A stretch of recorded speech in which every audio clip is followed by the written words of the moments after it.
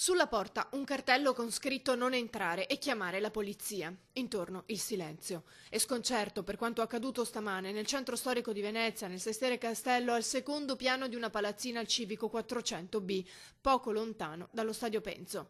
Renato Berta, 85 anni, ha accoltellato la moglie 82enne Licia Zambon con una pugnalata al petto mentre erano in casa.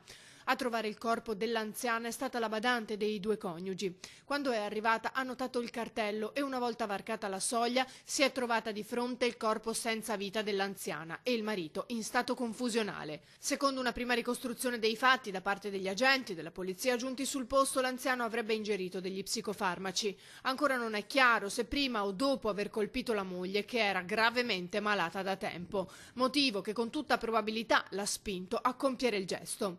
Berta, privo di conoscenza, è stato poi trasportato all'ospedale e ora si trova agli arresti domiciliari.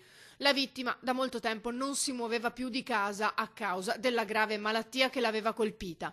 Alcuni vicini parlano di una coppia in difficoltà proprio per lo stato di salute precario dell'anziana, che spesso si sentiva anche urlare, probabilmente per il dolore. Ma si sono sempre dimostrate persone tranquille, racconta un'altra vicina. Persone per me, persone tranquille, non si mai sta una parola, mai sta niente. Ma è Gentili, non è vero, ma tranquilli.